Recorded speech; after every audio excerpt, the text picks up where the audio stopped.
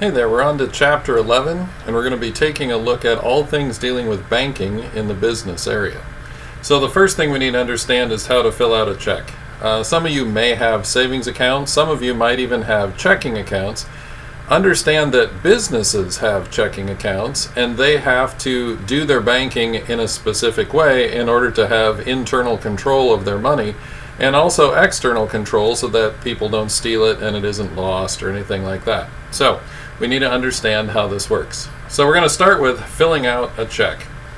This right here represents a check. If you have a personal checking account, you would have these right here as checks. In a business account, we have an additional feature, which is this part right here. It's called the check stub. You'll notice that it's perforated down the line here, and so what happens is you will fill out both of these parts, and then you will tear out this part, and it will be mailed or given to someone. This check stub will be kept as part of your own internal controls for information about what happened and when it happened and how much money you still actually have. Okay? So you should remember this from earlier chapters when we talked about source documents, and it said one of the four main source documents is a check stub. This is it right here. All right, so let's take a look at a check. First off, every check has a number. So every check that you have, it's part of your business, has a number and identifies that check. If your checkbook is lost or stolen, you can call the bank and you can tell them, hey, for my account, numbers 1, 2, 3, 4 check was stolen, could you please cancel that check? And so even if this check shows up at the bank and someone says, I want to cash this, the bank just says, nope, it's been canceled. And how did you get a hold of that check, by the way? And then if they run out the door, they call the police, that kind of thing. Okay?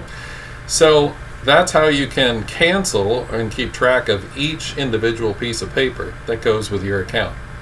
Now, how do we know it's your account? You're going to see some interesting numbers down here. At the bottom of each check, you have what's called a routing number. It's this first block of numbers. And the routing number is the specific worldwide address for your bank. Okay? So every bank in the world, every branch, has its own specific address electronically. Now these numbers look a little funny like this because they're meant to be read by computers. So they're actually made by and to be read by computers. So they form numbers that look kind of like the numbers we would use, but you have to sort of decipher it there. All right? And so your bank's specific routing number is right here. You will need this number anytime you do banking online. So if you want to set up an online bank account personally or for your business, you have to know your routing number. You have to use that for direct deposits that people put your check in the bank, or electronic withdrawals. If you want to pay your insurance automatically, you have to have the routing number. And you also have to have the account number. So within your bank, it's this address. And then within that bank, you have another set of numbers here, and that's your specific account. So you can have multiple accounts in the same bank. The routing number will be the same in the same bank, but this number, these are all your different account numbers that go with the different accounts you have. So a personal account and a business account, okay, same bank, but different account numbers. So whenever you want those kind of electronic things to happen, these are the numbers that you need to use. All right? When you write a check, you need to write down the date, okay? So when you put the date in there, the date is going to signify when this can be cashed. If you write this into the future, that's called post-dating a check. So you give someone the check and you say you can cash this on Monday. Today's Sunday, so the person can go to the bank, but nothing's going to happen until Monday. The check is only valid once this date is occurred or is passed. All right? So be careful about that. Someone wants to pay a bill, they give you a check, but it's for a later date. Tricky. All right. Pay to the order of, you would write someone's name in there, and that's going to be the person that you are writing this check to. So they're the ones who are supposed to receive it.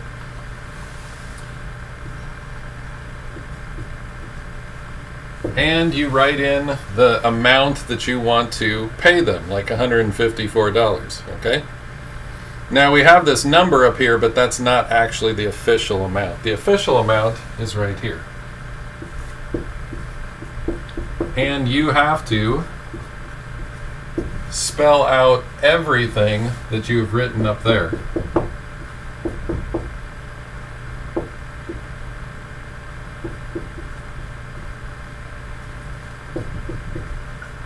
Okay, so things can get quite lengthy.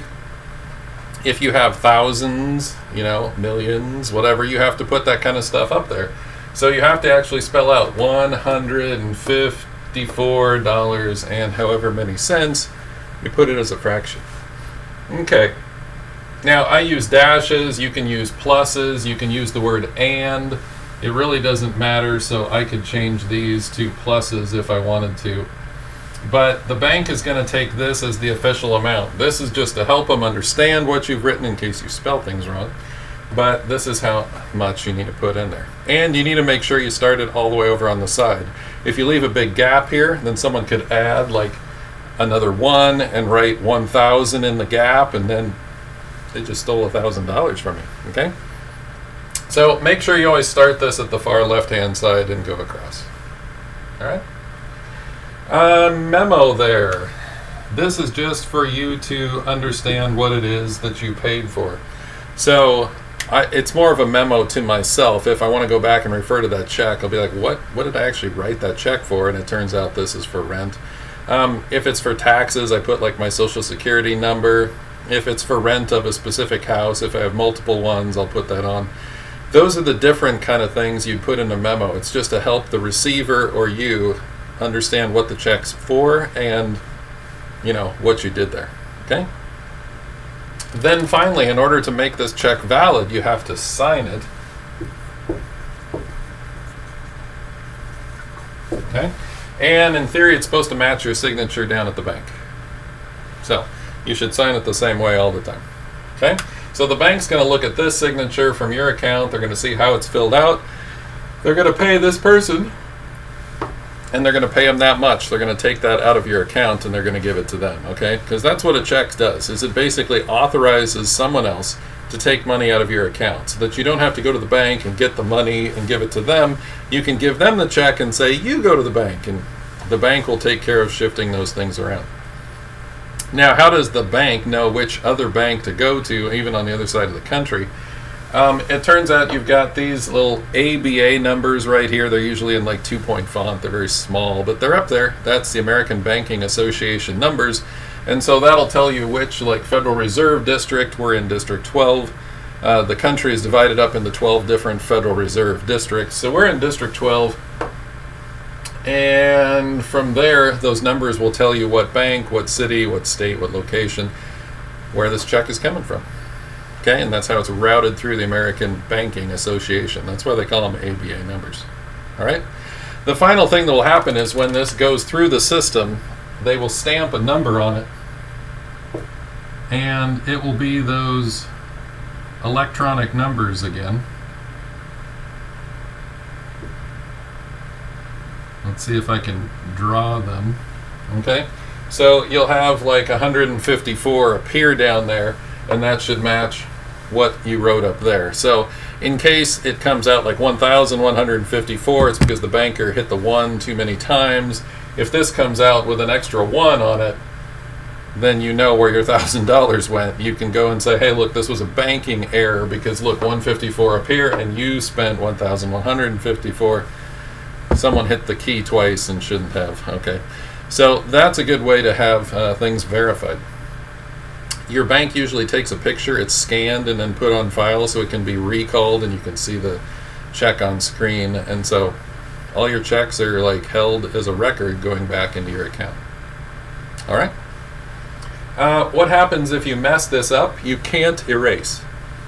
So like all things in accounting, you can't erase it and then, redo it, scratch something out. Banks won't take it if there's erasures on it. So you have to simply void the check and start over. Okay? The way you void a check is you write the word void across it in big, bold letters, just like that. I mean, just huge, make it totally obvious, void. Okay, once this happens, this check cannot be cashed. Even if all this stuff is correct and that's what you want, if the word void is on it, no bank will take it. And then you want to make sure to record the number in your checkbook and to a note to yourself, like, I wrote this check, but I tore it up. Essentially, I voided it. And so, you're not thinking it went missing. All right? So that's how you would do it in a personal way, but a business has some additional features. So we always want to know how much money we have, and we want to know if we're making money or losing money, and we certainly want to know if we're going to like bounce a check, because if we spend a check on money we don't have, then we get charged fees, because that's a crime, basically. Okay? So how much was this check? We would write down 154, and that's our amount right there on our check stub, the date, we'd put all those things in, 2, 4, and so a lot of the things that are on the check are going to be recorded in the check stub. Our balance, whatever it was from the previous check stub coming down, that's what it is there. And so our balance in this case, we'll just pick $1,000. Add any deposits. So what if we picked up $100 along the way we were doing business? We would put that in right here where it says add deposits. Okay, so there's our 100. So our total now is 1,100. That's how much we have. But then it says less this check.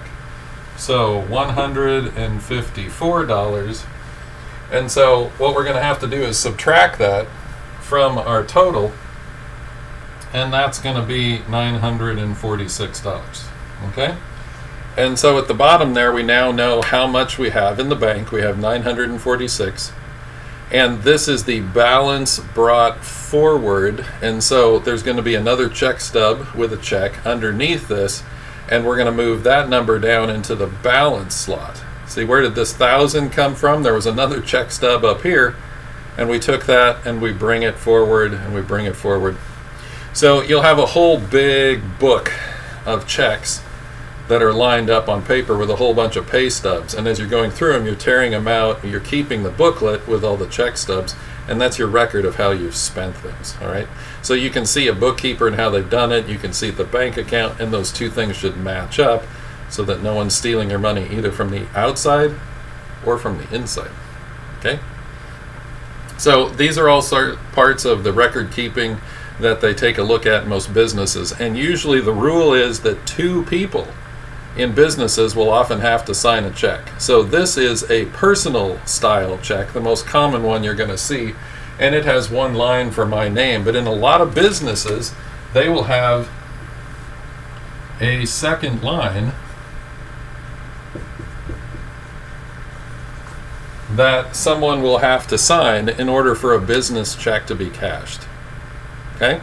So most businesses do not have just one person controlling the money, because that's a huge opportunity for fraud, and it's also a huge opportunity for just making a mistake. So if 2 people have to agree that this check goes out like this and is paid to this person, it's harder for people to commit fraud when there's 2 people, and it's harder to make mistakes. And so most businesses will have at least 2 people, if not more, writing the checks and spending the money.